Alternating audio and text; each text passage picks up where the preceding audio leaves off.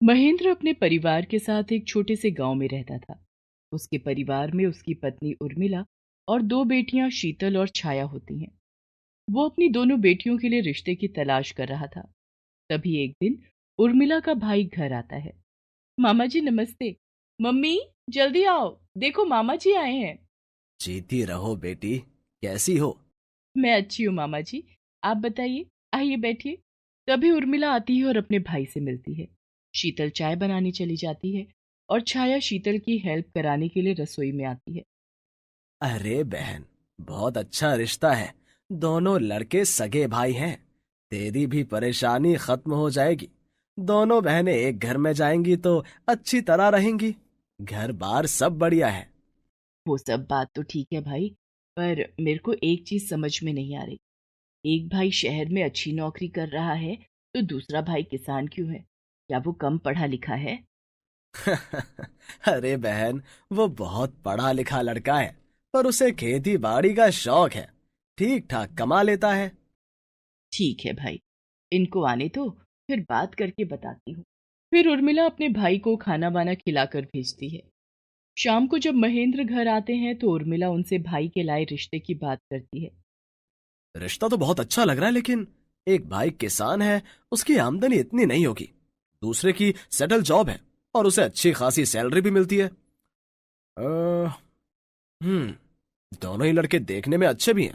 तू बता और मिला, क्या करें? मुझे तो रिश्ता अच्छा लग रहा है। बस फर्क सिर्फ इतना है कि एक भाई किसान है, पर दोनों बहनें एक ही घर में जाएंगी, ये अच्छी बात। सुख दुख में एक दूसरे के साथ खड़ी रहेंगी। महेंद्र अपनी दोनों बेटियों को रिश्ते के बारे में बताता है। शीतल का रिश्ता किसान लड़के अमन से होता है और छाया का रिश्ता अमित से तय हो जाता है। कुछ समय बाद महेंद्र धूमधाम से अपनी दोनों बेटियों की शादी कर देता है। शादी के बाद माँ, मैं परसों सुबह शहर चला जाऊंगा। इतने दिन की छुट्टी नहीं कर सकता और बार बार आने जाने का झंझट भी लगा रहेगा। तो मैं छाया को भी साथ लेकर जाऊंगा। अरे बेटा, इतनी जल्दी क्या है? अगली बार जब तू छुट्टियों में आएगा तो छाया को साथ ले जाना। माँ, तू समझने की कोशिश कर। मैं बार बार छुट्टियां नहीं ले पाऊंगा। ठीक है बेटा, जैसा तुझे ठीक लगे। जा, छाया को बोल दे, वो भी अपनी पैकिंग कर लेगी। और जैसे ही छाया को पता चलता है कि वो शहर जाने वाली है, उसकी तो खुशी का ठिकाना ही नहीं रहता। वो भागकर शीतल के पास जाती है। शीतल शीतल शीतल, ओ मेरी बहन, मेरे बचपन का सपना पूरा होने जा रहा है। मैं शहर जा रही हूँ। अरे वाह, ये तो अच्छी बात है। क्या माँ जी ने परमिशन दे दी? अरे हाँ, उन्होंने परमिशन दे दी है। मैंने तो अमित से साफ कह दिया था कि मैं आपके साथ शहर जाऊंगी, और फिर उन्होंने किसी तरह अपनी माँ को मना लिया। अब तो मेरी जिंदगी बिल्कुल ही बदल जाएगी। शहर की जिंदगी का मजा ही कुछ और होता है। चारों तरफ रोशनी, शोर शराबा, महंगे महंगे मॉल, रेस्टोरेंट। हाँ, जैसा मैं चाहती थी, मेरे को तो बस वही लाइफ मिल गई। अच्छा अच्छा, ये ठीक है, लेकिन इतना खुश होने की भी जरूरत नहीं है। थोड़ा ध्यान से रहना, पहली बार शहर जा रही हो। और हाँ, फिजूल खर्ची बिल्कुल मत करना, जैसे कि तू हमेशा से करती आई है। बस मैं तुझे इसीलिए कोई बात बताना नहीं पसंद करती। तेरी नसीहतें शुरू हो जाती हैं। अरे अब मुझे फिक्र की क्या जरूरत है? अमित है ना, इतनी बड़ी कंपनी में काम करते हैं, तो पैसा भी अच्छा कमाते हैं। मैं तो बस बहुत मजे करूंगी। छाया, बहुत अच्छी बात है कि अमित बहुत पैसा कमाता है, लेकिन तुम्हें पैसों की कदर करनी आनी चाहिए। ये सब तेरे सोचने का काम है। जीजा जी तो किसान है, अब कितना कमाते हैं मुझे नहीं पता। मैं तुझे एक एडवाइस देती हूँ, तू आज से ही पैसे बचाना शुरू कर दे। अगले दिन छाया अमित के साथ शहर चली जाती है। शहर आकर छाया के पर ही निकल आते हैं। शाम को जैसे ही अमित ऑफिस से आता, अमित आप आ गए, चलो जल्दी से फ्रेश हो जाओ। आज मैंने फोन पर बहुत अच्छा रेस्टोरेंट देखा है। अरे यार छाया, आज मैं बहुत थक गया हूँ। तुम घर में ही कुछ बना लो ना। रोज रोज बाहर का खाना भी तो ठीक नहीं है। मैंने तो दोपहर से कुछ भी नहीं खाया। मैं तो सोच रही थी कि शाम को रेस्टोरेंट में ही जाकर खाऊंगी। अब मैं इतना तैयार होकर किचन में खाना बनाने जाऊं? नहीं नहीं, हम लोग रेस्टोरेंट ही जाएंगे। ठीक है, मैं थोड़ी देर रेस्ट कर लेता हूँ, फिर चलते हैं। छाया रोज रोज कहीं ना कहीं जाने की जिद करने लगी।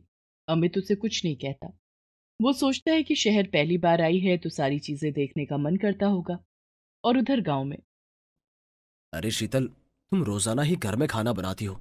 शादी के बाद हम एक दिन भी कहीं नहीं गए। पास ही में एक कस्बा है, वहां का ढाबे का खाना बहुत मशहूर है। चलो, किसी दिन मैं तुम्हें वहां लेकर चलता हूँ। क्या मैं खाना अच्छा नहीं बनाती? मेरे कहने का ये मतलब नहीं है शीतल कि तुम अच्छा खाना नहीं बनाती। मैं तो बस सोच रहा था कि तुम जब से आई हो इस घर में रोज ही काम में लगी रहती हो। तुम्हारा भी तो मन करता होगा कि किसी दिन तुम मेरे साथ बाहर जाकर खाना खाओ। नहीं, मेरा ऐसा कोई मन नहीं करता। और फिर हम दोनों ऐसे जाते हुए अच्छे भी नहीं लगते। माँ के लिए तो खाना बनाना ही है, तो फिर हम अपने लिए भी खाना बना लेंगे। जितने पैसे आप रेस्टोरेंट में देने की सोच रहे हो, इतने पैसे आप मुझे दे देना।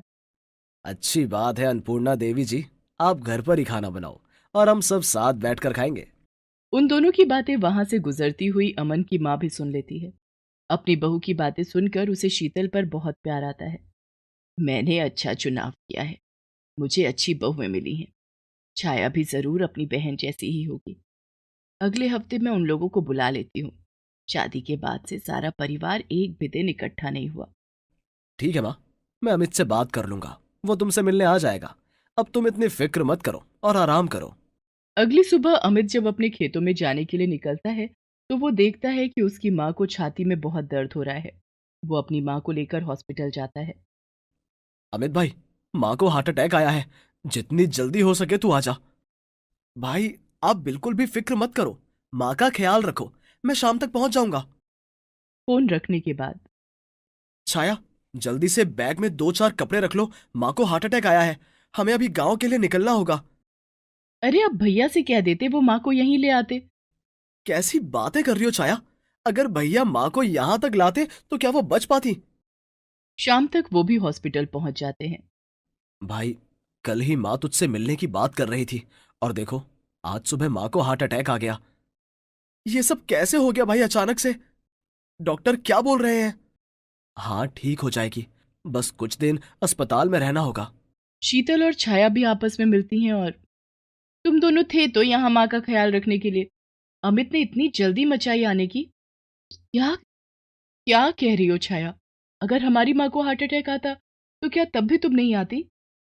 अरे अचानक से आने पड़ा। तुम्हें पता है हम टैक्सी करके आए हैं। 2,500 खर्च हुए हैं पूरे। वही पैसे हम कहीं और भी तो खर्च कर सकते थे। मैं तुम्हारी बातें सुनकर हैरान हूँ। छाया, तुम कैसी बातें कर रही हो? कैसी क्या बातें कर रही हूँ? बस मुझे अब गांव पसंद नहीं है। छोटी सी बीमारी को भी बड़ा बनाकर दिखा रहे हैं। तभी उर्मिला वहां आती है और अपनी बेटी की बातें सुनकर, छाया, क्या शहर जाकर सारी तमीज भूल गई? वो तेरी सास हैं और अमित की माँ भी। शीतल को देख, जब से हॉस्पिटल लेकर आई है तब से एक पैर पर खड़ी है। परिवार क्या होता है, उसकी फिक्र क्या होती है, ये शीतल से सीख। तो यही तो खड़ी रहेगी ना, रहती भी तो इन्हीं के पास है। छाया वहां से पैर पटकते हुए अमित के पास जाती है, तो वो देखती है कि अमित पैसे निकाल कर अमन को दे रहा है। भाई, ये कुछ पैसे रख लो, माँ के इलाज में काम आएंगे। अमित, तू टाइम पर आ गया, यही बहुत है। पैसों की जरूरत नहीं है, तू उसकी फिक्र मत कर। भाई, ये पैसे रखो, जरूरत पड़ जाएगी। छाया वहां आकर अमित को बोलती है, आप जरा 1 मिनट इधर आना, मुझे आपसे बात करनी है। छाया अमित को साइड में ले जाकर बोलती है, अरे अभी तो हम इतने सारे पैसे टैक्सी पर खर्च करके आए हैं और जाने का भी किराया लगेगा। ऊपर से तुम भाई को इतने सारे पैसे दे रहे हो। मेरी माँ को हार्ट अटैक आया है छाया, और पता नहीं कितने रुपए खर्च हो जाए। मैं मानता हूँ भाई सब कुछ संभाल लेंगे, लेकिन मेरा भी तो कोई फर्ज है। ये सब मैं नहीं जानती, बस मैं इतना जानती हूँ कि आपकी मेहनत की कमाई ऐसे खराब नहीं होनी चाहिए। शीतल छाया की बात सुनकर गुस्से में आ जाती है और वो आकर छाया को एक थप्पड़ मार देती है। तभी उर्मिला, महेंद्र और अमन सब इकट्ठा हो जाते हैं। जब से तुम आई हो मैं देख रही हूँ कि तुम सिर्फ पैसा पैसा गा रही हो। क्या तुम्हारे लिए पैसा इंसानों से बड़ा हो गया? यहाँ हम लोगों को फिक्र हो रही है कि माँ जी कब ठीक होगी, और तुम जब से सिर्फ पैसा पैसा ही बोले जा रही हो। शीतल बिल्कुल ठीक कह रही है छाया, मुझे भी बड़ा अफसोस हो रहा है। अमीर होने का मतलब ये नहीं होता कि तुम सब लोगों को नीचा दिखाने पर उतर जाओ। और जिन लोगों को तुम नीचा दिखाने की कोशिश कर रही हो मत भूलो, वो सब तुम्हारे अपने हैं। जिस तरह की बातें तुम अमित की माँ के लिए कर रही हो, सोचो अगर अमित ने तुम्हारी माँ के लिए की होती। छाया, तुम्हें शर्म आनी चाहिए। जिस अमीरी के लिए तुम इतरा रही हो, मत भूलो कि अमित की माँ ने उसको यहाँ तक पहुँचाने के लिए कितनी मेहनत की है। ऊपर से सब कुछ तुम्हें सुहावना लग रहा है। लेकिन उसके पीछे की मेहनत तुम नहीं देख पा रही हो। अपने लोगों के मुंह से अपने लिए ये शब्द सुनने के बाद छाया को अपनी गलती का एहसास होता है और वो अमित से और अपने माता पिता और शीतल से सॉरी बोलती है। इस तरीके से तो मैंने सोचा ही नहीं था कि अगर मेरी माँ और बाप को कुछ हो जाता तो फिर यही लोग मदद करते हैं। आप सबसे मैं माफी मांगती हूँ। आइंदा से मैं कभी भी अपनी अमीरी पर ना तो घमंड करूंगी और ना दिखावा। तुम इस घर की छोटी बहू हो छाया, और सबकी लाडली भी। और तुम्हें अपनी गलती का भी एहसास हो गया है, इसलिए सब बातों को भूल जाओ और मिलकर खुशी खुशी। और फिर सब लोग अमित की माँ से मिलने चले जाते हैं। बहुत समय पहले की बात है। बिलासपुर नामक गांव में सावित्री रहती थी। वो बहुत गरीब थी और वो 9 माह से गर्भवती थी। कुछ समय पूर्व ही उसके पति का बीमारी के चलते निधन हो गया। अकेले कमाने वाला जब घर से चला जाए तो औरत पर विपदा के पहाड़ टूट पड़ते हैं। सावित्री के दुख का सहारा उसकी सहेली बनती है। उसकी सहेली उमा भी उसी गांव में रहती है और घर परिवार से भी काफी अच्छी होती है। उसकी शादी को काफी टाइम हो चुका होता है, लेकिन अभी तक उसके कोई संतान नहीं हुई थी, जिसे लेकर वो बहुत परेशान रहती थी। तू फिक्र मत कर सावित्री, मैं तेरे साथ हूं ना। अब तू ही मेरा सहारा है उमा। मुझे तो समझ ही नहीं आ रहा इन हालात में मैं क्या करूं।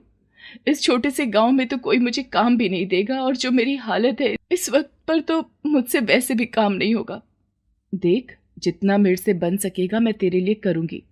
बाकी भगवान की मर्जी है, जो होगा देखा जाएगा। फिलहाल तो तू ज्यादा परेशान मत हो, वरना बच्चों के ऊपर असर होएगा। थोड़े ही दिनों बाद सावित्री को प्रसव पीड़ा होती है। उसकी पड़ोसन भागकर उमा को बुला लाती है।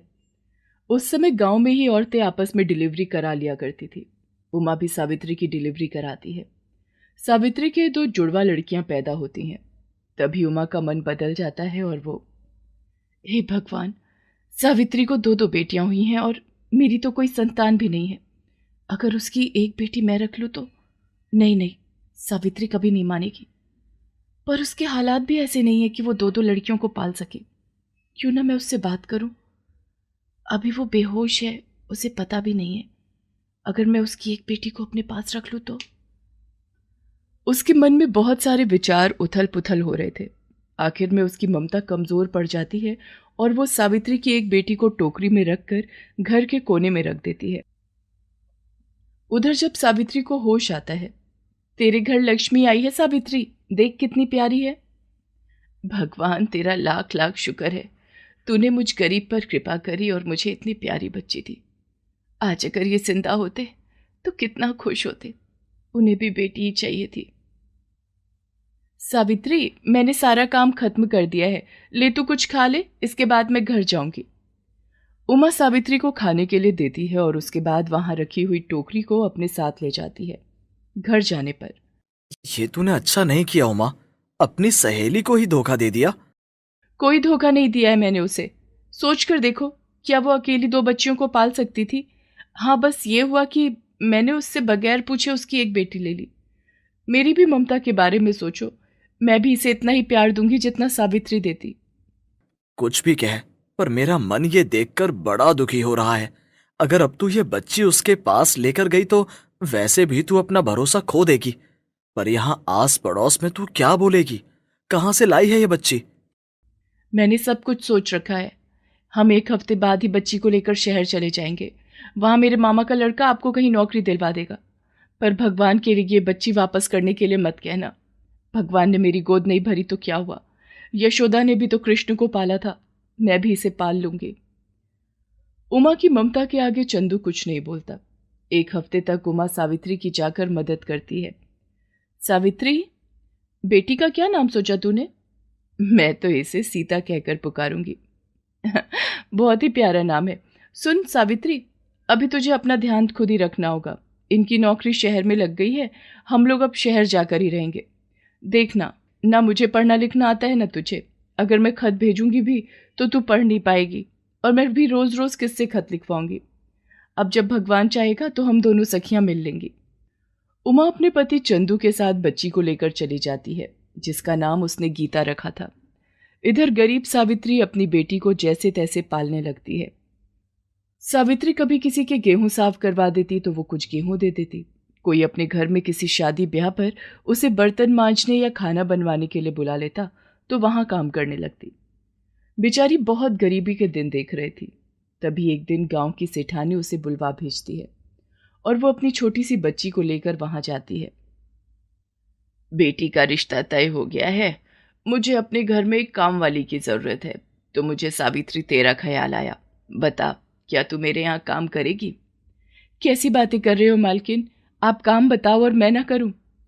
पर तेरे पास तो इतनी छोटी सी बच्ची है, तू कैसे काम कर पाएगी रे सावित्री?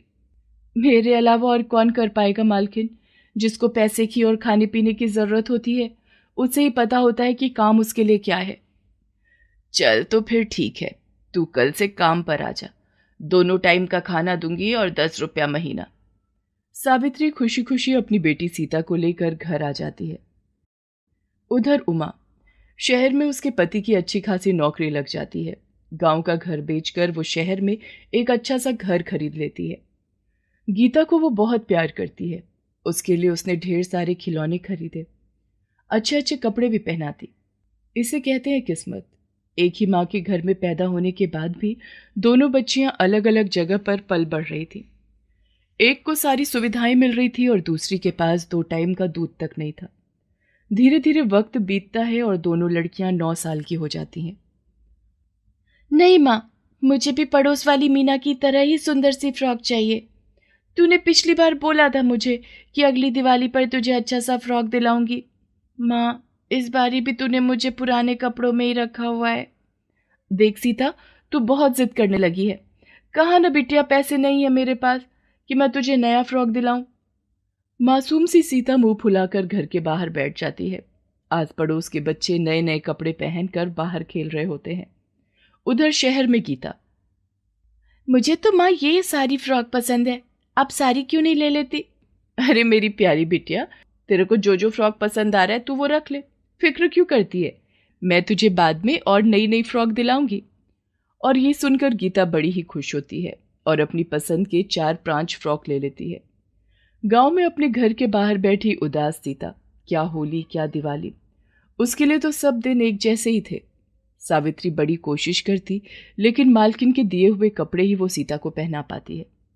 एक दिन गांव की सेठानी का देहांत हो जाता है। उसकी बहू पुराने सब नौकरों को निकाल देती है। मैं आपके पैर पड़ती हूँ, मुझे नौकरी से मत निकालो। मेरे सर पर तो आदमी का साया भी नहीं है।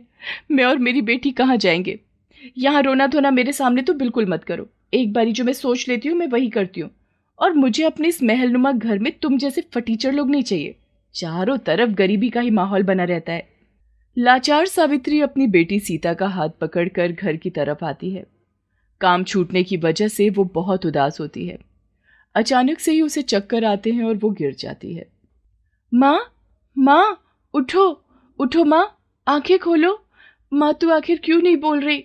तू मर गई क्या? मासूम सी सीता अपनी माँ के गालों को हिला हिला कर अपनी माँ को उठा रही थी। तभी आसपास के लोग सावित्री को गिरा हुआ देखते हैं और कुछ लोग आकर उसके मुंह पर पानी के छींटे मारते हैं। सावित्री को जैसे ही होश आता है वो सीता को गले लगाकर रोने लगती है और फिर उठकर अपने घर आ जाती है। माँ, तुझे क्या हुआ था? मैं तो बहुत डर गई थी। मुझे तो लगा तू मर गई। अब मेरा क्या होगा? बस यही चिंता तो बेटी मुझे दिन रात खाई जा रही है कि अगर काम ना मिला और मुझे कुछ हो गया तो तेरा क्या होगा? उधर शहर में, ये ले भगवान, हो गया तेरी गीता का एडमिशन स्कूल में। अरे ये तो बड़ी अच्छी खुशखबरी सुनाई आपने। अब हमारी गीता भी स्कूल जाएगी। मैं तो तेरी हर ख्वाहिश पूरी कर रहा हूं उमा। क्या तुझे कभी सावित्री की याद नहीं आती? पता नहीं बेचारी कैसी होगी, अपनी बच्ची को कैसे पाल रही होगी। ये सब बातें आप गीता के सामने मत करना। क्यों दुख नहीं होता? मुझे भी कभी कभी सावित्री का बड़ा ख्याल आता है, पर मैं तो अपनी ममता के आगे मजबूर हो जाती हूँ। कभी कभी तो मेरा भी दिल करता है कि मैं जाकर उसे बता दूं कि उसकी बेटी मेरे पास है, पर डर जाती हूँ। पता नहीं वो मुझे क्या क्या सुनाएगी। मेरे दोस्त के यहाँ उसकी बहन की शादी है, जानती है ना तू, वो मोहन। 3 दिन के लिए गांव जा रहा हूं।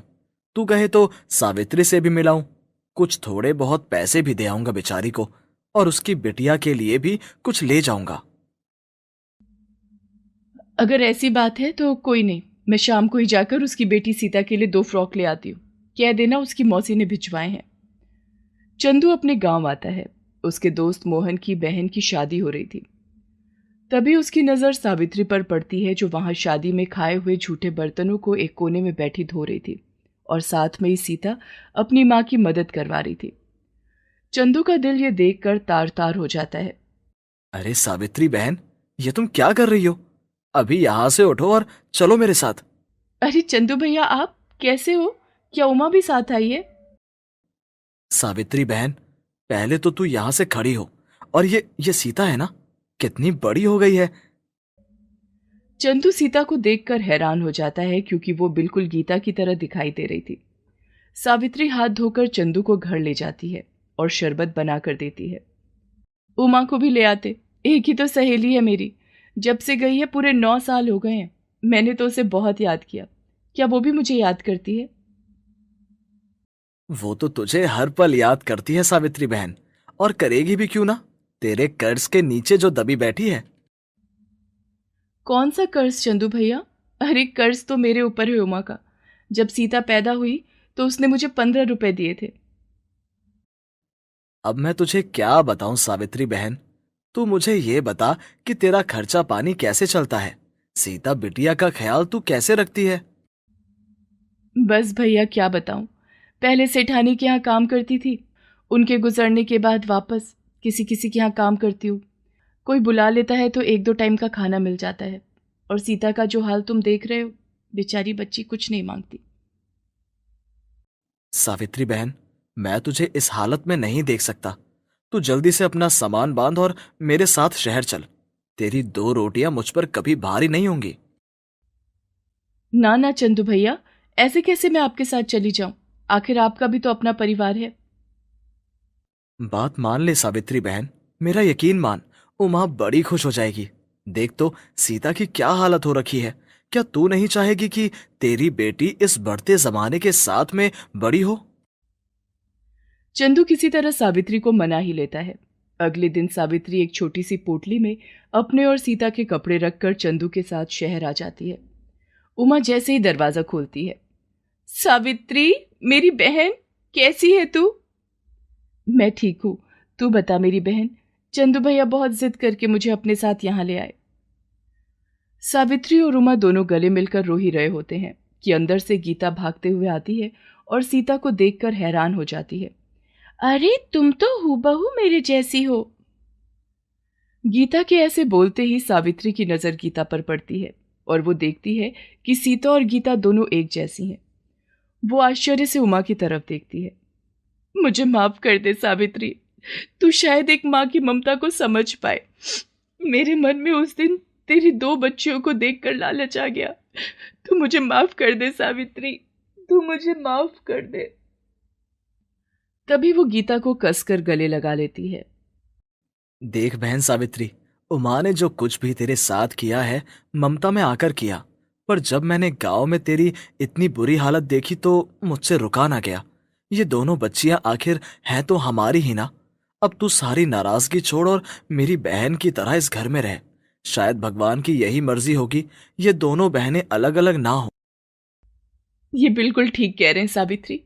मान जा, हम दोनों अपनी बच्चियों का बहुत अच्छे से ख्याल रखेंगे। इन्हें अच्छी पढ़ाई करवाएंगे और इन्हें जमाने के साथ चलना सिखाएंगे। काफी देर तक सावित्री को कुछ समझ में नहीं आता, पर जब चंदू और उमा उसे समझाते हैं तो वो राजी हो जाती है। सीता और गीता दोनों बहनें हैं, ये जानकर वो दोनों बड़ी खुश होती हैं और गले लग जाती हैं। चंदू सीता का एडमिशन भी गीता के साथ स्कूल में करा देता है और यहां से सीता और गीता दोनों की किस्मत एक जैसी होती है। सारा परिवार साथ रहते हुए खुशी खुशी जीवन बिताने लगा। मीरा और माया दोनों सगी बहनें होती हैं। उनके पिता लाल किशन ने उन दोनों की शादी धूमधाम से करी होती है। मीरा की शादी रमेश के साथ होती है और माया की शादी महेश के साथ। रमेश शहर में जॉब करता था और वो अच्छी खासी सैलरी लेता था। वहीं माया के पति महेश का गांव में ही छोटा सा बिजनेस था। दोनों बहनें ठीक ठाक घरों में गई हुई थी। अब घर में किशनलाल, उनकी पत्नी और एक बेटा आकाश होता है। दोनों बहनों का मायके में आना जाना लगा रहता था। आकाश, अगले महीने तेरी शादी तय हो गई है, इसलिए अपनी दोनों बहनों के घर न्योता देने चले जाना। ठीक है बाबा, मैं दोनों बहनों के यहाँ पर न्योता दे आऊँगा। और कोई काम है तो वो भी बता दीजिए। पहले माया दी के घर जाऊँगा और फिर मीरा दीदी के पास जाऊँगा। वो शहर में रहती हैं, तो वहाँ से कुछ चीज़ें भी लेता हुआ आऊँगा। हाँ, अपनी माँ से पूछ ले, उसे कुछ सामान चाहिए तो उसे लाकर दे देना। अगले दिन आकाश अपनी छोटी बहन माया के यहाँ गांव में न्योता देने जाता है। बहुत बहुत मुबारक हो आकाश, मुझे बहुत खुशी हो रही है। अब जल्दी घर में भाभी आ जाएंगी। हाँ, धन्यवाद बहन। सपरिवार आना और शादी से कई दिन पहले आकर रुकना भी है। अरे मेरे इकलौते भाई की शादी है, मैं टाइम से क्यों नहीं आऊंगी? तू देख लेना, आकर खूब धमाल मचाना है हम लोगों को। चल तू बैठ, मैं तेरे लिए खाना लेकर आती हूँ। खाना खाने के बाद में आकाश माया से बोलता है, यहाँ से मैं मीरा दीदी के यहाँ जाऊंगा। तुम्हें कोई सामान चाहिए तो बता दो। नहीं नहीं, मुझे कुछ नहीं चाहिए। आजकल गांव में सब कुछ मिल जाता है। तुम आराम से जाना और दीदी को मेरा नमस्ते कहना। तभी माया का 8 वर्षीय बेटा स्कूल से आ जाता है और अपने मामा को देखकर बहुत खुश हो जाता है। कितने दिनों बाद आप आए हो मामा जी, प्रणाम। अगले महीने तेरे मामा की शादी है, नानी के घर चलेंगे और खूब मस्ती करना। हाँ निशु, तुम जल्दी घर आना और तुम्हें किसी भी चीज की जरूरत हो तो मुझे बता देना, मैं तुम्हारे लिए लेता हुआ आ जाऊंगा। उसके बाद अगले दिन आकाश अपनी बड़ी बहन मीरा के यहाँ शहर चला जाता है। मीरा का स्वभाव पूरे परिवार में सबसे अलग था। जब से वो शहर आकर रहने लगी थी तो वो बिल्कुल ही बदल चुकी थी। शहरी रहन सहन, दिखावा, बनावट, वो इसी प्रकार की बातें भी किया करती थी। आकाश के घर पहुंचने पर, अरे आकाश, तुम? भाई, आने से पहले तुमने मुझे फोन भी नहीं किया। मुझे लगा तुम घर पर ही होगी, इसलिए मैंने तुम्हें फोन करना जरूरी नहीं समझा। अरे तुझे तो पता ही है शहर की जिंदगी कैसी होती है, कभी भी निकल जाते हैं। देखो ना, बेटे के स्कूल का टाइम हो रहा है। अगर तुम थोड़ा लेट आते तो तुम्हें बाहर वेट करना पड़ता। अरे हाँ, इस तरफ तो मेरा ध्यान ही नहीं गया। तुम कहो तो मैं कुन्नू को स्कूल से ले आऊं? नहीं नहीं, तुम रहने दो। तुम थोड़ी देर मेरा इंतजार करना, मैं कुन्नू को लेकर स्कूल से आती हूँ। बहुत बड़े स्कूल में पढ़ता है ना, तो ऐसे किसी के साथ जाने नहीं देंगे। और ऐसा बोलकर मीरा कुन्नू को लेने स्कूल चली जाती है और वो आकाश को पानी पिलाना भी भूल जाती है। आकाश सोफे पर बैठकर बहन के आने का इंतजार करता है। काफी देर बाद मीरा कुन्नू के साथ घर आती है। ओह, मुझे माफ करना आकाश, मैं तो तुम्हें पानी ही देना भूल गई।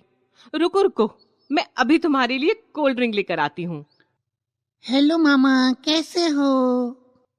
कुन्नू, कैसे हो? पढ़ाई कैसी चल रही है? बस मामा, पढ़ाई चल ही रही है। मम्मी ने बताया अगले महीने आपकी शादी है, फिर तो हम बहुत मजे करेंगे ना मामा। ये ले आकाश, कोल्ड ड्रिंक पी। शादी में टाइम से आ जाना दीदी, और जीजा जी को भी बोल देना। उनका तो मुझे पता नहीं है, बहुत काम रहता है ना ऑफिस में। हाँ, पर मैं समय से पहुंच जाऊंगी। हाँ दीदी, मैं आपको बताना भूल गया, मम्मी ने लिस्ट भेजी है, कुछ सामान मार्केट से लेना है। मेरे साथ चलना शाम को। हाँ, जरा दिखाना मुझे लिस्ट। वैसे शहर में बहुत महंगाई है। जो चीज गांव में 100 रुपए की मिलती है वो यहाँ 250 तक की मिलेगी। और शाम के टाइम आकाश और मीरा बाजार में शॉपिंग के लिए जाते हैं। मीरा आकाश को बड़े मॉल में लेकर जाती है। अरे दीदी, यहाँ तो सब कुछ बहुत महंगा है। अब महंगाई तो है ही, हम लोग तो यहीं से ही शॉपिंग करते हैं। ये इतनी अच्छी कंपनी में जॉब करते हैं कि हमारा कोई स्टैंडर्ड है। हम ऐसे ही फुटपाथ या बाजारों से शॉपिंग नहीं कर सकते। पर दीदी, मॉल में भी तो वही चीजें मिलती हैं ना जो नॉर्मली मार्केट में मिलती हैं। अरे तभी तो मैं कह रही थी कि ये सारा सामान तुम गांव से लेते तो तुम्हें ज्यादा सस्ता पड़ता। आकाश को ऐसा लगता है जैसे कि उसकी बड़ी बहन उसे गरीबी का ताना दे रही है। उसका मन फिर शॉपिंग में नहीं लगता और वो बोलता है कि चलो दीदी घर चलते हैं, मुझे सुबह जल्दी निकलना है। अगले दिन सुबह आकाश वापस अपने घर आ जाता है। और बेटा आ गया तो कैसा रहा? जो सामान मंगाया था वो ले आया? कुछ सामान ले लिया है माँ, पर वहाँ बहुत महंगा है। अगर मैं वहाँ से सारा सामान लेता तो पैसे कम पड़ जाते। चल कोई बात नहीं। वैसे भी परसों माया घर आ रही है। महेश ने उसे बोला है कि घर चली जाओ, वहां पर काम ज्यादा होगा, तुम्हारी माँ संभाल नहीं पाएगी। बहुत पुण्य किए होंगे मैंने जो मुझे ऐसा दामाद मिला है। और ये तो बहुत अच्छा हुआ, मैं भी यही सोच रहा था माँ। माँ, तुम अकेली सब कुछ कैसे संभालोगी? अब माया दीदी आ जाएगी तो सब कुछ सही हो जाएगा। 2 दिन बाद माया अपने मायके आ जाती है। अच्छा हुआ माया, तो जल्दी आ गई। शादी का घर है, 100 काम फैले पड़े हैं। काम की चिंता मत कर, मैं आ गई हूं ना, मैं सब कुछ देख लूंगी। बस अभी मैं गर्मा गर्म चाय बनाकर लाती हूँ। पहले चाय पीते हैं और फिर मुझे बताना कि क्या क्या काम करना है। अरे अभी सांस तो ले ले, अभी तो आई है। और निशु को क्यों नहीं लाई? अरे माँ, तुम्हें पता तो है कि स्कूल की पढ़ाई खराब हो जाती है, इसलिए महेश ने बोला कि तुम चली जाओ, मैं निशु को अपने आप देख लूंगा और तुम बिल्कुल भी टेंशन मत लो। निशु अपने पापा के साथ आराम से रह लेता है और माँ वो शादी से 1 हफ्ता पहले आ जाएंगे। फिर माया गरम गरम चाय बनाकर लाती है और दोनों माँ बेटी चाय पीने के बाद काम के बारे में बातचीत करते हैं। तभी किशन लाल भी घर आ जाता है। अरे माया बेटी, अच्छा हुआ तू आ गई। अब तेरी माँ से इतना काम नहीं होता, इसकी मदद कर देना, ठीक है? बाबा अब बिल्कुल भी फिक्र मत करो। क्या मीरा दीदी भी आ रही हैं? अरे उसका मत पूछो, अब वो शहर की ही हो गई है। इतना बिजी रहती है कि हमें फोन तक करने का टाइम उसके पास नहीं होता। पर कोई बात नहीं, सब कुछ हो जाएगा, सब ठीक हो जाएगा। धीरे धीरे शादी का टाइम ही आ जाता है और रिश्तेदार भी घर आ चुके होते हैं। 1 हफ्ता पहले मीरा भी अपने घर आती है। मीरा आ गई बेटा तू। क्या हुआ, रमेश साथ नहीं आए? अरे माँ, तुम्हें पता तो है उनके ऑफिस का टाइम कैसा है, कितना काम रहता है उन्हें। उन्होंने मुझसे कहा है कि वो शादी वाले दिन सुबह सुबह आ जाएंगे। और माँ, कितनी गर्मी हो रही है, तुम्हें 2-4 पंखे लगवाने चाहिए थे। हाँ, आकाश गया हुआ है इंतजाम करने के लिए। तभी महेश भी वहां आ जाता है। उसके साथ नीशु होता है। महेश अपने सास के पैर छूता है और नीशु भी। अरे महेश बेटा, अच्छा हुआ तुम टाइम से आ गए। और नीशु, जाओ बेटा, तुम्हारी मम्मी ऊपर है, उनके पास जाकर बोलो कि सबके लिए चाय नाश्ता तैयार करे। अब आप बिल्कुल भी परेशान मत हो माता जी, मैं और आकाश सब देख लेंगे। फिर महेश मीरा की तरफ देखता है। अरे दीदी, आप भी पहुंच गए? मेरा ध्यान आपकी तरफ गया ही नहीं। अब कैसे हो? और रमेश कहाँ है? मैं ठीक हूँ, रमेश अभी नहीं आएंगे, वो शादी वाले दिन ही आएंगे। अब तुम्हें तो पता ही है कि कितना काम होता है उनके पास। तुम्हारा तो बिजनेस है, तुम तो किसी भी टाइम बंद कर कर इधर उधर घूम सकते हो। ऐसे नहीं बोलते मीरा। बात नौकरी की है, बिजनेस की नहीं है। बात जिम्मेदारी की है। जिसे अपनी जिम्मेदारी समझ में आती है वो समय निकाल ही लेता है। हाँ हाँ ठीक है माँ, पंखों का इंतजाम करो। सच में बहुत गर्मी है। और ये चाय पानी मत देना मुझे, मेरे लिए कोल्ड ड्रिंक मंगवा देना। तभी आकाश की माँ और महेश वहां से चले जाते हैं। काफी देर बाद जब माया नीचे आती है तो मीरा से मिलती है। अरे दीदी, अच्छा हुआ आप आ गईं। अब दोनों बहनें मिलकर भाई की शादी के सारे काम निपटा लेंगे। अरे यार माया, ये काम वाम अब मेरे से नहीं होते। देखो, वहां पर तो मेरे घर में नौकर लगे हुए हैं, और फिर काम करूंगी तो मेरा मैनीक्योर खराब हो जाएगा। और तू देख, तूने अपनी क्या हालत बना रखी है। कोई कहेगा कि तू अपने भाई की शादी में आई है। तूने तो फेशियल तक भी नहीं कराया। अरे दीदी, अभी शादी को पूरा 1 हफ्ता पड़ा है, मैं भी देख लूंगी कि कैसे तैयार होना है। मैं तो अपनी बहुत सारी ड्रेसेस लेकर आई हूं, अगर तुझे चाहिए हो तो तू भी ले लियो। ऐसी ऐसी ड्रेस है जो तूने देखी भी नहीं होगी। और ये कोल्ड ड्रिंक मंगाई थी मैंने, अभी तक नहीं आई। तुम बैठो दीदी, मैं तुम्हारे लिए कोल्ड ड्रिंक लेकर आती हूँ। तभी आकाश की माँ वहां आती है और मीरा और माया को काम बताती है। माया चुपचाप काम करने लगती है और मीरा, मम्मी प्लीज मुझे कोई काम मत बताओ, मैं यहां पर शादी एंजॉय करने आई हूं, काम करने नहीं। और ना मुझे आदत रही है। ये काम वाम ये गांव के लोगों को ही शोभा देता है। ये तो मेरे सगे भाई की शादी है, इसलिए मैं आ गई, वरना मैं तो कभी गांव वापस नहीं आऊं। ये तू कैसी बातें कर रही है मीरा, तेरा सारा बचपन इसी गांव में ही तो निकला है।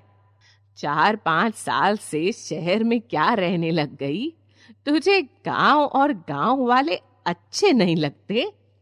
बस करो अब माँ, मुझे अब तुमसे इस तरह की बातें सुनना पसंद नहीं। मीरा और उसकी माँ की यही बातें धीरे धीरे बहस का रूप ले लेती हैं। सभी आए हुए रिश्तेदार भी इस लड़ाई को देखकर बातें बनाने लगते हैं। तभी वहां किशन लाल आता है और मीरा को अपनी माँ से बहस करता हुआ देखकर मीरा को डांटता है। मीरा, ये तुम अपनी माँ से कैसी बातें कर रही हो? जिस माँ ने तुझे जन्म दिया, 4 लोगों के बीच में तुम अपने शहर में रहने का गुणगान कर रही हो। अरे तुम ये भी भूल गई कि सामने खड़ी हुई तुम्हारी माँ है और तुम कितनी बदतमीजी से बात कर रही हो। आकाश और माया बीच में आकर बीच बचाव करवाते हैं, लेकिन किशन लाल इतने गुस्से में होता है कि वो मीरा को बहुत डांटता है। जब से तुम आई हो सिर्फ और सिर्फ दिखावा कर रही हो, पर मुझे समझ नहीं आ रहा कि जिन लोगों के सामने तुम दिखावा कर रही हो, जिनके सामने तुम बड़ी हुई हो, ये संस्कार मेरे दिए हुए तो बिल्कुल भी नहीं हो सकते। माया को देखो, माया किसी भी काम को ना तो मना करती है और ना बड़ा चढ़ाकर बातें करती है। और रही बात तुम्हारे शहर और गांव की, तो शहर में तुमने जाकर सिर्फ तमीज खोई है।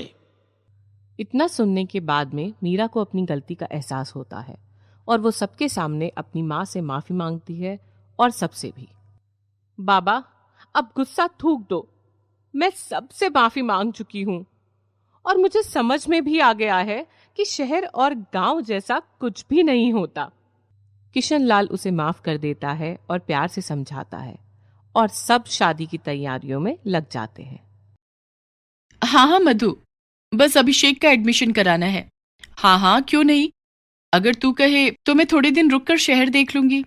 चल फिर ठीक है, तू अगले हफ्ते सोमवार तक पहुंच जा। आशा और मधु ने फोन रख दिया। आशा और मधु दोनों बहनें थी और आशा गांव में रहती थी और मधु एक बहुत बड़े शहर में।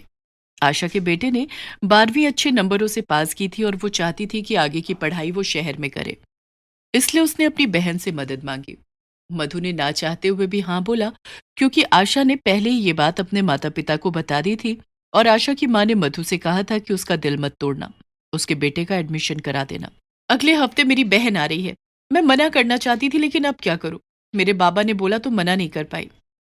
तुम जानो या बहन जाने, मुझे बीच में मत घसीटना। मैं बस तुम्हें बता दूंगा कि इस कॉलेज में एडमिशन करा लो। मुझे नेहा का भी एडमिशन कराना है। मैं अपनी बेटी का पहले देखूंगा या उसका। मैं भी कहाँ चाहती थी, अब आ रही है तो क्या कर सकती हूँ। एक हफ्ते बाद आशा अपने पति और बेटे के साथ मधु के यहाँ आती है। वो पहली बार मधु के यहाँ आ रही थी। आज तक जब भी बहनों की बातें होती थी तो या तो फोन पर होती थी या वो अपनी माँ के घर मिलते थे। बड़ा आलीशान सा घर देखकर आशा मधु को मुबारकबाद देती है। बस ये सब तो इनकी मेहनत का नतीजा है। इनका शुरू से ही अरमान था कि घर हो तो बस बड़ा हो और पूरी तरह सजा हो। बेतरकीब घर तो इन्हें बिल्कुल भी पसंद ही नहीं आता। चलो तुम लोग बैठो, मैं तुम लोग के लिए खाने पीने का इंतजाम करती हूँ। मधु आवाज देकर नौकर को बुलाती है। दोनों हाथ जोड़कर वहां पर खड़े हो जाते हैं। तब मधु बताती है कि खाने पीने का लेकर आओ और उसके बाद आशा और उसकी फैमिली को गेस्ट हाउस में ले जाओ। आशा भी पढ़ी लिखी थी। बहन के मुंह से गेस्ट हाउस सुनकर उसे थोड़ा सा बुरा लगा। उसे तो लगा था कि बहन उसे अपने साथ रखेगी, फिर वो दोनों बहनें बहुत सारी बातें करेंगी। चाय पानी पीने के बाद आशा गेस्ट हाउस में जाती है। मौसी का घर कितना बड़ा है। बस मेरा एडमिशन हो जाए, क्या पता मैं मौसी के यहीं रहूं। देखो अभिषेक, क्योंकि हमें शहर के बारे में बिल्कुल भी पता नहीं था, इसलिए हमने उनसे मदद मांगी। लेकिन किसी को भी परेशान करने की जरूरत नहीं है। तुम हॉस्टल में रहोगे और मैं सारा खर्चा उठाऊंगा। ठीक है बाबा। और उधर मधु, नेहा, अभिषेक तुम्हारी मौसी का लड़का है, उसे थोड़ी एडमिशन में मदद करना। क्या मम्मी, मैं अपना एडमिशन देखूं या उसका एडमिशन देखूं? फूहर गंवार कहीं का। कपड़े देखें क्या पहन कर आया है, और बालों में ढेर सारा तेल। मैं उसके साथ किसी भी कॉलेज में नहीं जाऊंगी। बेटा, रिश्तेदारी है, निभानी पड़ती है। तो आप निभाओ ना, मुझे क्यों बीच में घसीट रही हो? मधु अपने पति से कहती है। उसका पति कहता है कि वो ठीक तो कह रही है, वो उसके साथ घूमती फिरती कितनी बुरी लगेगी। तुम्हारी बहन है, तुम्हारा भांजा है, तुम जाकर उसका एडमिशन कराओ। मधु मन मार कर रह जाती है। अगले दिन वो अभिषेक उसके माता पिता के साथ एक कॉलेज में जाती है और वहां पर फॉर्म भरवाती है। अभिषेक एक बहुत ही होनहार विद्यार्थी था और उसने अपनी 12वीं 96% मार्क से क्लियर की थी, इसलिए उसको एडमिशन में कोई दिक्कत नहीं आने वाली थी, ये बात वो जानता था। और वहीं नेहा के नंबर 75% आए थे, लेकिन उसके पिता ने अपनी पहुंच से उसका एडमिशन एक बड़े कॉलेज में फिक्स कर दिया था। कॉलेज के एडमिशन की प्रक्रिया पूरी हो चुकी थी। अभिषेक ने अपनी मौसी को शहर घुमाने के लिए बोला। वैसे तो शहर में ऐसा कुछ खास है नहीं, 4 हिस्टोरिकल प्लेस हैं, कुछ मॉल अच्छे हैं और कुछ मार्केट अच्छी है, लेकिन बच्चे यहाँ पर खर्चा बहुत होता है। और तुम तो जानते ही हो कि गांव में सामान खरीदना तो बहुत आसान होता है, लेकिन इतने पैसे में तो यहाँ पर एक पैंट शर्ट ही आती है। पैसे की कोई टेंशन नहीं है मधु दीदी, अभिषेक पहली बार यहाँ आए हैं इसलिए थोड़ा सा एक्साइटेड हो रहा है। तभी मधु का पति भी वहां आ जाता है तो आशा का पति उसके पति से कहता है। भाई साहब, 1 हफ्ता हो गया हमें यहाँ आए हुए। आप तो इतने बिजी हैं, पूरे ईद का चांद हो गए हो। भाई थोड़ी देर हमारे साथ भी बैठो। हम कौन सा रोज रोज आने वाले हैं। एक काम करते हैं, क्यों ना हम सब कल घूमने के लिए चलें। मधु अपने पति की तरफ देखकर इशारा करती है कि हाँ कह दो। नहीं नहीं भाई साहब, ऐसे तो कुछ नहीं है, बस थोड़ा मसरूफियत ज्यादा है आजकल। लेकिन कोई बात नहीं, परसों आप लोग जा रहे हैं ना, चलो कल का दिन आपको दिया। आशा का पति थोड़ा सा उदास हो गया। उसे ऐसा लगा जैसे कि उसने अपना एक दिन भीख की तरह उसे दिया है, पर उसने सोचा उसे कौन सा रोज रोज यहाँ आना है। चलो कोई बात नहीं, रिश्तेदार है, थोड़ा सा ऊंच नीच चलती है। नेहा को जब ये पता चलता है कि सब लोग घूमने जा रहे हैं, वो बहुत मुंह बनाती है, लेकिन मधु के इसरार करने पर वो हाँ बोल देती है और अगले दिन सब लोग घूमने के लिए जाते हैं। वाह मौसी, शहर कितना अच्छा लग रहा है। कितनी बड़ी बड़ी बिल्डिंग है। ऐसा लग रहा है जैसे कि हम तो इनके सामने छोटे बौने हैं। भला ये कौन सा तरीका हुआ तारीफ करने का? भला हम क्यों बौने होते? मेरे पापा चाहे तो यहाँ पर भी एक फ्लैट खरीद सकते हैं। क्यों पापा, क्या मैं झूठ बोल रही हूँ? बिल्कुल भी नहीं। मेरी बेटी जहां हाथ रखे मैं वहां फ्लैट ले लूं। बेटा अभिषेक पहली बार शहर आया है, इसलिए उसे ये सारी चीजें बड़ी अच्छी लग रही हैं। कोई बात नहीं, होता है होता है। अभिषेक मन मारकर चुप होकर बैठ जाता है। उसे लगता है जैसे कि वो कुछ भी बोलेगा तो नेहा उसकी हर बात को काट देगी। वो सब बहुत सारी जगह घूमते फिरते हैं, लेकिन हर जगह आशा के परिवार को ये बताया जाता है कि तुम लोगों ने शहर पहली बार देखा है और तुम इस तरीके से रिएक्ट कर रहे हो। शाम होने को थी। मधु ने खाने के लिए एक अच्छे से होटल को चुना। मधु का पति मधु को लेकर साइड में जाता है और उधर आशा का पति हाथ धोने के लिए उधर से गुजरता है। लेकिन मधु के पति और मधु की नज़र उस पर नहीं पड़ती, लेकिन वो उन दोनों के बीच में हो रही बातचीत को सुन लेता है। क्या जरूरत थी इतने महंगे होटल में लाने की? गांव से उठकर आए हैं, कहीं पर भी खाना खिलाते तो अपने आप बड़ा ही महसूस करते। पैसा कमाती नहीं हो ना, इसलिए पता नहीं है कि कहाँ उड़ाने और कहाँ नहीं उड़ाने। प्लीज़ अभी कुछ मत कहो, जो कहना है घर जाकर कहना, कहीं उन लोगों को शक ना हो जाए कि कुछ गड़बड़ है। मुझे कोई फर्क नहीं पड़ता कि उन्हें क्या लगता है, बस ये सोच लो कि आज का इतना खर्चा मेरा बेफालतू में हो गया। इतनी बात सुनने के बाद आशा का पति चुपचाप वॉशरूम में चला जाता है। अब फिर सब लोग खाने की टेबल पर बैठे होते हैं। भाई साहब, बुरा नहीं मानना, लेकिन एक छोटी सी चीज जानना चाहूंगा। आप साल भर का कितना कमा लेते हैं? यही 1.5 से 2 करोड़। लेकिन आप ये क्यों पूछ रहे हैं? आप बताइए, आप कितना कमा लेते हैं? बस गुजारे लायक कमा ही लेते हैं। आपको तो पता है मैं तो जमींदार आदमी हूँ। 2 मेरे आम के बाग हैं और एक अंगूर का बाग है, और दोनों ही सीजन पर आते हैं। बस हो ही जाती है 3 से 4 करोड़ की इनकम। ये सुनते ही मधु का पति आंख फाड़ कर आशा के पति की तरफ देखता है। खाना खाते हुए नेहा की चम्मच मुंह में ही अटक जाती है। पर क्या बताएं भाई साहब, हम लोग ठहरे गांव के आदमी सीधे साधे रहते हैं, दिखावा बिल्कुल भी पसंद नहीं है। अभिषेक का यहाँ एडमिशन हो जाएगा तो अपना हॉस्टल में रहेगा। घर में 4 भैंसें बंधी हुई हैं, 2 गायें हैं, घी दूध की कोई कमी नहीं है, और 12 बीघा का एक खेत है जिस पर एक घर के लिए गेहूं वगैरह सारी चीजें हो जाती हैं। मधु का पति अच्छे से समझ गया था कि वो ये सब इसलिए कह रहा है क्योंकि उसने मधु और उसके बीच की बात को सुन लिया है। वो गुस्से में मधु की तरफ देखता है और खाना छोड़कर वहां से चला जाता है, और नेहा भी अपने पापा के पीछे पीछे चली जाती है। आशा, मेरी बहन, बुरा मत मानना, इनका स्वभाव ही ऐसा है। तुमने बिल्कुल सही कहा मधु, उनका स्वभाव ही ऐसा है, तभी वो इस तरह से कर रहे हैं। हम लोग ऐसा नहीं करते। माना हम बहुत पैसे कमाते हैं, लेकिन दिखावा क्यों करें? जब से मैं आई हूं देख रही थी, लेकिन बोलने की हिम्मत नहीं हो रही थी मेरी बहन। तुम लोगों को शायद लगा कि गांव से उठकर ऐसे ही आ गए, पर ऐसा नहीं है। हम अपनी पूरी तैयारी के साथ आए थे। अगर तुम अपने घर पर ना भी ठहराती तो हम किसी होटल में भी आराम से ठहर सकते थे, पर मुझे लगा कि रिश्तेदारी में अपनापन होना बहुत जरूरी है। मैं बहुत शर्मिंदा हूँ। अरे दीदी, आप क्यों शर्मिंदा हो? आपने हमारी मदद करी, उसके लिए बहुत बहुत धन्यवाद। मैं बस आपको ये सब इसलिए बोला कि आप समझ सकें कि आपके सामने वाला बंदा अगर अच्छा दिख नहीं रहा तो इसका मतलब ये नहीं कि वो कमाता नहीं है या उसके पास पैसे नहीं है। सीधी सादी गांव की वेशभूषा में रहते हैं, जैसा देश वैसा भेष। हमें किसी चीज का बुरा नहीं लगता। बस अगर आप बोल देती तो ये सारे खर्चे मैं खुद उठा लेता।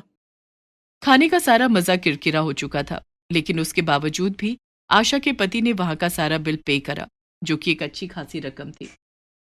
और फिर अलग से खाना पैक कराकर वो मधु के पति और बेटी के लिए लेकर आया, और घर जाकर, जीजा जी, जब आपकी शादी मधु से हुई थी तब मुझे आप अपने जीजा जी कम और बड़े भाई जैसे ज्यादा लगे।